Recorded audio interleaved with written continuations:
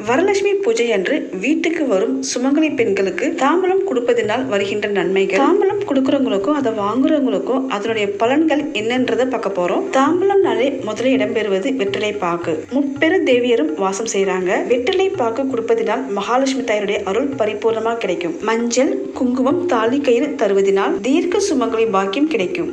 தர்ஷனை கொடுப்பதனால் செல்வம் பெருகும். நம்மளுடைய வசதிக்கு ஏற்ப தரலாம்.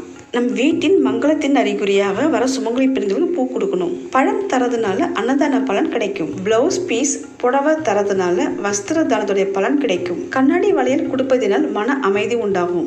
சீப்பு கணவருடைய ஆயுள் அதிகரிக்கும். மருதாணி கொடுப்பதினால் நோய் நொடி வராமல் காக்கும். கண்மை கொடுப்பதினால் திருஷ்டி தோஷம் நீங்கும்.